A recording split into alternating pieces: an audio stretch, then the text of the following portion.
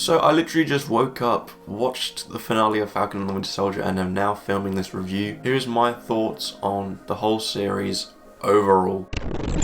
Following the events of Avengers Endgame, Sam Wilson, the Falcon, and Bucky Barnes, the Winter Soldier, team up in a global adventure that tests their abilities and their patience. Like most Marvel content, I was excited for this one. Maybe not as excited for the other ones, as this seemed like something we've seen before from the trailers, but nonetheless I was very excited and waking up early each Friday just to watch it. But before I get into my pros and cons, this will contain spoilers, so if you haven't seen any of the episodes or if you haven't seen the finale, it will be talked about with spoilers, so that's just a warning there in case you haven't seen it. But anyway, let's get into it. From beginning to end, from episode 1 to episode 6, the action was superb, straight out of any Marvel movie.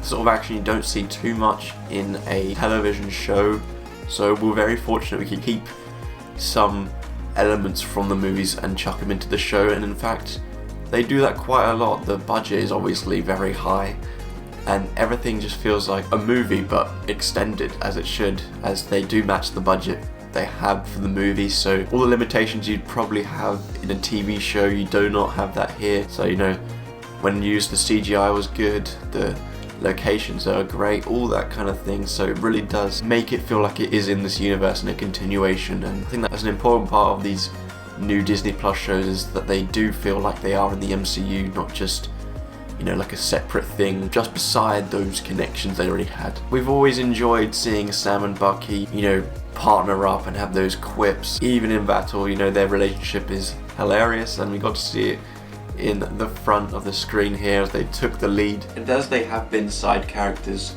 mainly to Cap in the previous movies, it was great to see them in the lead, and as you got to see Anthony Mackie and Sebastian Stan's acting ability, which brought out some real emotional moments. It was good to see the return of Zemo, although I wish he wore his mask more often, but at least we got blessed with a dancing scene from him. What I'm liking so far about these MCU Disney Plus TV shows is that we get characters who we haven't seen as much of or haven't been as much of an important character, and we get to see them fleshed out more and understand just them in general more. Wyatt Russell as John Walker was another great addition. I know he got a lot of hate, the actor, but his role, it was meant to be like that, so he did a great job. From the beginning you'd feel something was off, and then as time goes on something is off, and he gave me serious Homelander vibes from The Boys, so I thought he did a great job no matter what people say, and I'm excited to see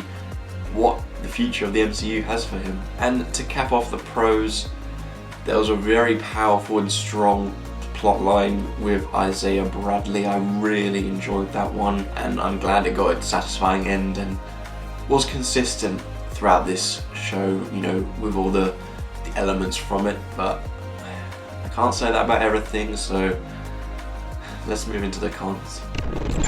I'm just gonna start off the cons by saying this show was a bit disappointing for me. A main complaint, which I 100% agree with, is there was a real lack of urgency, especially for the first couple of episodes. On TV shows like The Flash or Arrow, you get like 22 episodes per season, so they have a lot of filler episodes or can slowly lead towards, a bigger plot line. And they felt like they were doing that in this show. There was no real sense of something big around the corner. It was all quite slow and taking its time, and they only had 6 episodes. It took about 4 episodes to get to anything which felt very powerful, with John Walker killing one of the Flag Smashers after he killed Lamar. After that, it slowed back down again, and once it reached the finale, there just wasn't enough emotion in it for me, or satisfaction. It just felt like there wasn't too much emotion in the fighting and what was being fought for, as I thought Carly Morgenthal's performance,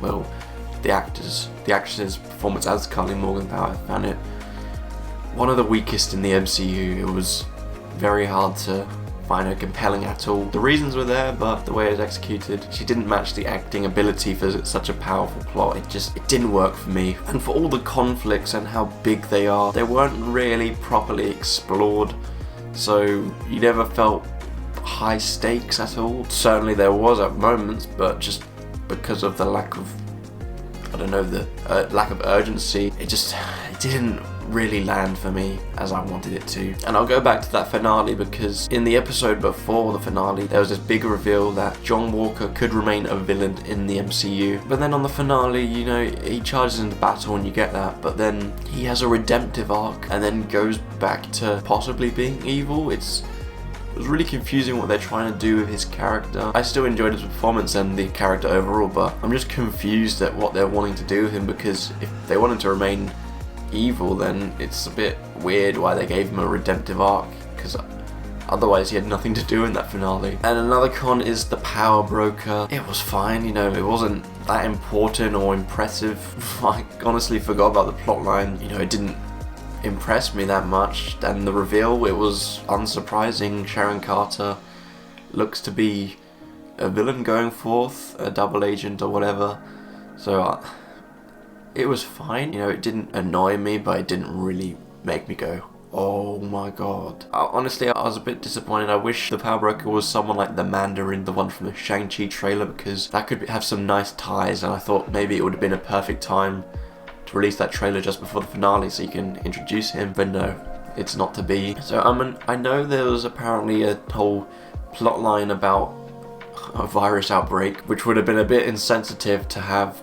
So maybe that's why it feels a bit empty at points, because they had to remove that. But just overall, they did such a great job with WandaVision. I thought maybe with the television shows, going forward, they have sorted it out, but they showed here they haven't figured out the pacing completely, especially for a show that had 6 episodes. I thought they could have done a better job with that.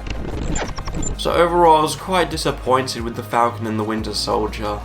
Although saying that, I'm disappointed for the MCU standards. It still has great moments, it's overall, you know, solid, but, you know, I was hoping it'd be a lot better, and the MCU can do a lot better, because there was a lot of pacing issues. In terms of the score for this one, I'm going to give it a 74%, which is quite low for the MCU, especially compared to WandaVision. It made sense because I only gave one episode an 8 out of 10 on IMDb. Everything else was a 7, so yeah, 74% for the Falcon and Winter Soldier. Let me know what you thought of this show, and if you disagree with anything I said, please like and subscribe. It would really mean a lot. But anyways, I hope you enjoyed today's video, and I hope to see you in my next one.